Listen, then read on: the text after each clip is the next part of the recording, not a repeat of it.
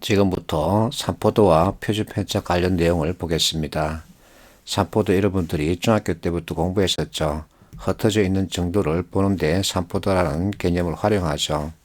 산포도 양의 관계, 음의 관계 이렇게 나눠서 보기도 하죠. 자, 산포도에는 표준편차, 평균편차, 사분위편차, 범위 이런 것이 있으나 이 중에서 표준편차를 가장 많이 사용하죠. 이것이 LCS 문제 선택지 진술에 들어가기도 합니다. 표준편차는 평균에서 얼만큼 퍼져 있나 이것을 보는 개념이죠. 중학교 교과서 보면 여러분들 이와 같은 문제 봤을 겁니다. 그래서 과거 기억을 떠올리면 되죠. 자, 여기 선점도가 아니라 산점도죠. 산점도로 있는 산업 현장입니다.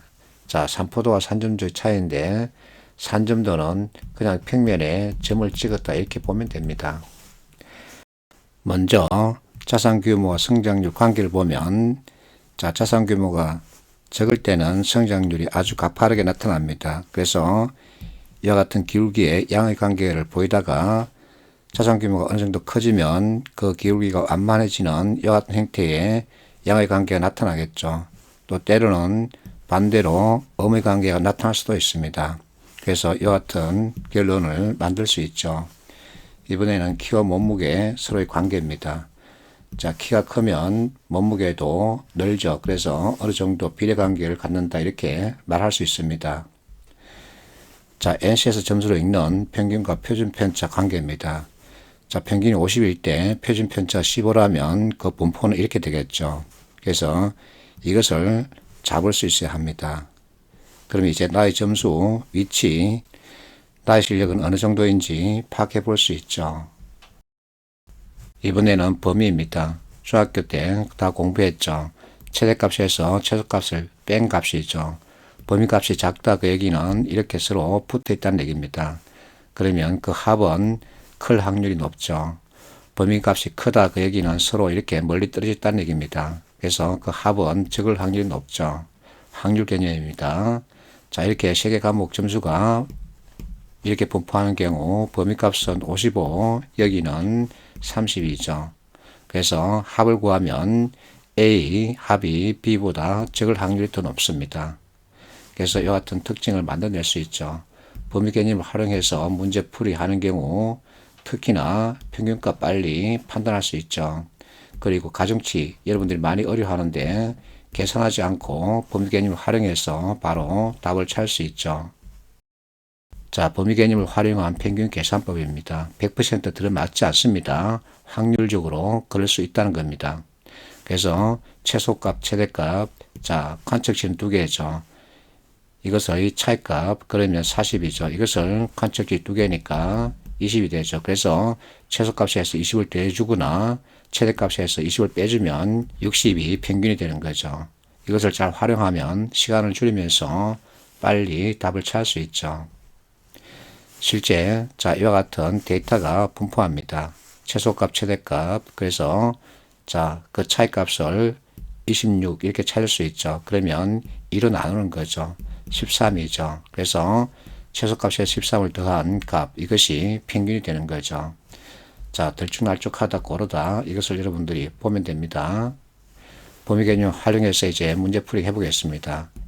NCS 문제에 자주 등장하는 형태죠.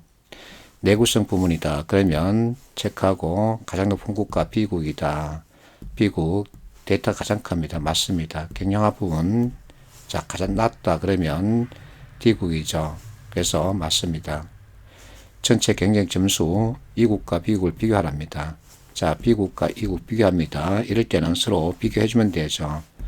여기 자 96, 93, 94, 95, 96, 100 그러면 여기 세 개고 두 개죠. 그래서 높다고 하면 안 되죠.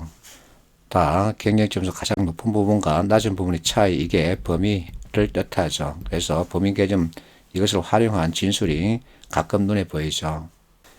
답은 3번이죠.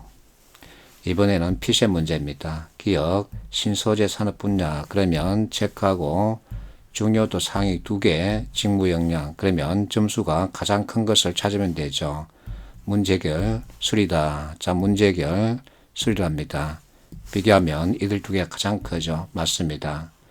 산업 분야별 중요도 최대값과 최소값 차이가 가장 큰 것은 미디어다. 이게 범위를 뜻하죠. 미디어. 자, 그래서 미디어 데이터에서 최소값, 최대값, 이 차이값을 말하죠. 다른 것들과 비교하면 맞습니다. 디귿, 각 산업 분야에서 중요도가 가장 낮은 직무 영역은 조직 이해 능력이다. 자, 조직 이해 능력이 가장 낮답니다. 그런데 미디어는 기술 능력이 가장 낮죠. 그래서 틀렸습니다. 리얼, 4개. 자, 중요도 평균값이 가장 높은 직무 역량은 문제길 능력이다. 문제길 능력, 데이터, 나머지 것들과 비교해야 되는데 지급률 보세요. 거의 비슷하죠. 자, 이럴 때는 가평균을 잡고서 보면 되죠. 자, 소수점 버리고 가평균을 450을 잡으면은 그 차이값 8 그리고 2 마이너스 5 제로입니다. 자, 지급률이 마이너스 6이죠. 16, 9, 마이너스 11이죠. 이들 값의 합을 가지고 어느 것이 더 큰지 보면 되죠. 그래서 문제일 능력이 아니라 지급률이죠. 그래서 답은 기억연이죠.